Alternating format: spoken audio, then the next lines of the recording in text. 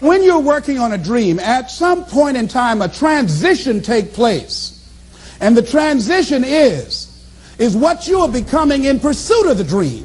Because even if you don't get the dream, you become such a strong and powerful person. It will so change your life, you can look at something else and say, well, I think I'll go do this then. Because you have now developed yourself in such confidence and such competence in how to deal in the arena of life that you can move into another area and not miss a beat.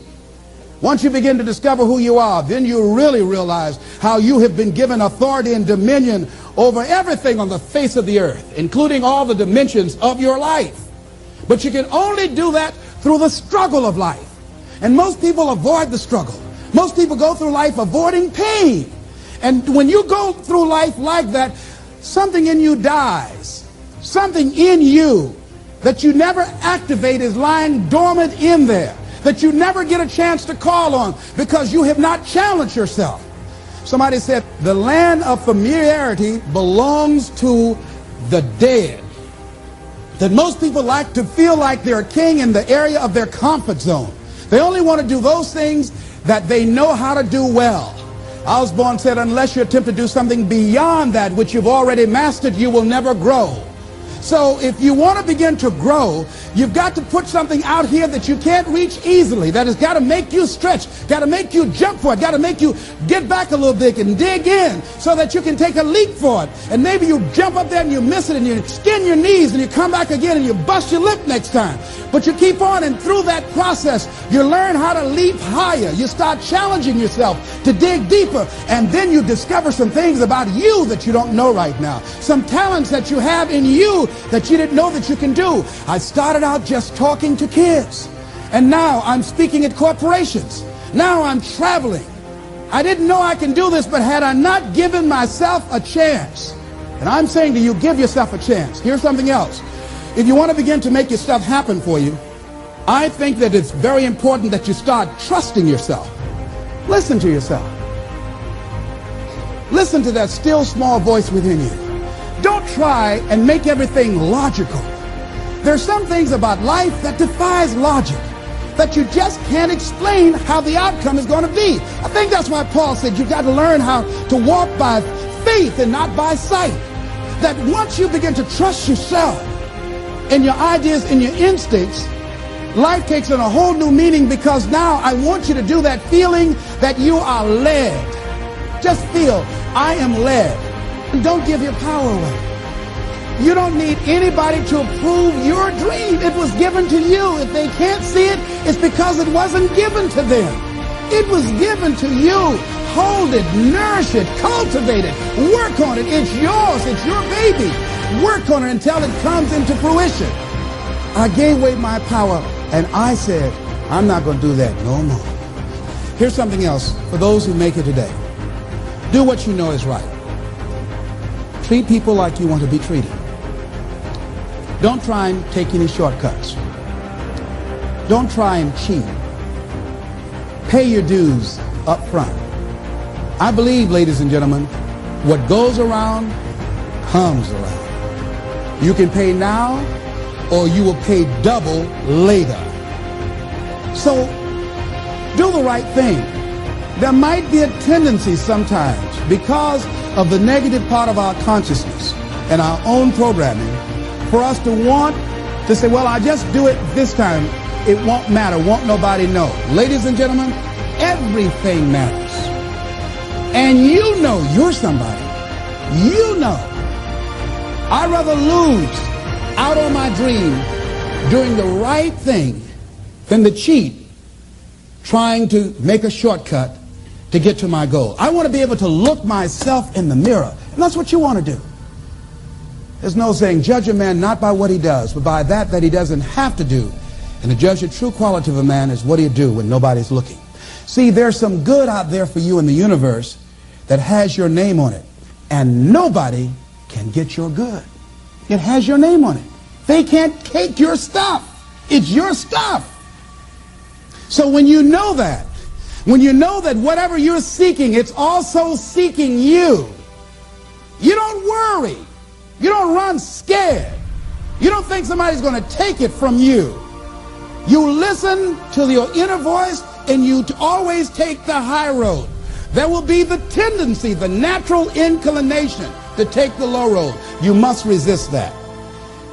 Here's something else I encourage you to do if you want to make it today. Keep your agreements. Keep your agreements that you make. And establish a network of people who will also do that. Establish a network of people in your life that you can count on, that will be there for you when you need them, and you be there for them. Leave the flakes alone, people that are seriously not serious. And if you're surrounded by flakes, that tells you who you are. Here's something else. 3 P's to have in your life. In working on your dream and doing your life work, you must be patient, persistent, and positive no matter what. Be positive no matter what. Because when you are negative, ladies and gentlemen, you're sending out negative energy and you're blocking your good. So don't send out any negative energy. Don't take it personal. See, a lot of people have an idea or a dream and they give up on it. No, don't do that. Work your dream until it gets hot. See, most things don't happen as soon as we think they should happen. The messenger of misery might drop in on you and say hello. Murphy's Law might come by and thump you on the head. Any number of things can happen to interrupt your flow. It's okay. Don't take it personal. Just acknowledge what's going on. It's called life. And keep on working on your dream. Continue to keep on knocking, because this is your life. This is what you love. This is your passion. Step back. Don't judge it. If you judge it, judge not yet, lest ye be judged. Why? Because when you judge it, you invest emotion in it, and that emotion could be anger. And guess what? That hurts you. That doesn't hurt anybody else. So what do you want to take yourself out early for by internalizing things? Shakespeare said, nothing is neither good nor bad, but thinking makes it so.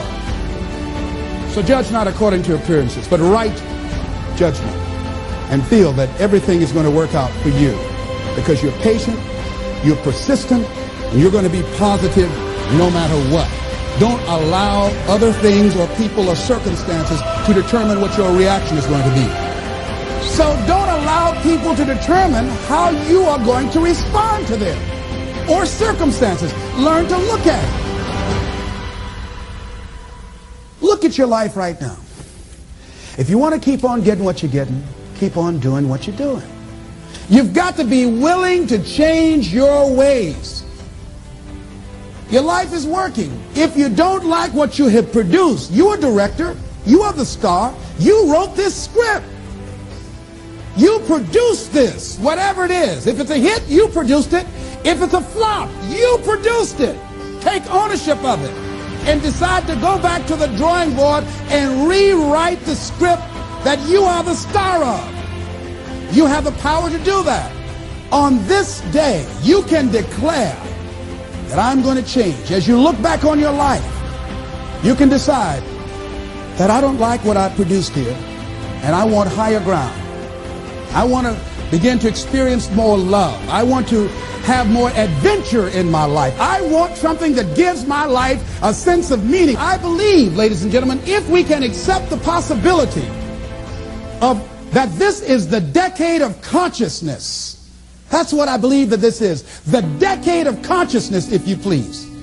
A time where we can begin to create in folks' minds the idea, the possibility that we can create a more humane society, the possibility that we can create more love, communication, and understanding in relationships, the possibility that we can create a drug-free America, the possibility that we can create the kind of respect for diversity and difference in our multicultural society, the possibility that we can begin to develop the mindset to bring out the best in people, to encourage them to achieve their greatness and support them in their dreams, that if we can, in this decade of consciousness, to begin to see and envision that happening, and that we all can play a role, that we were born for such a time as this, that we showed up for this, that we survived 1 out of 9 million sperms, and we have been chosen for this great work. What an exciting time to be alive.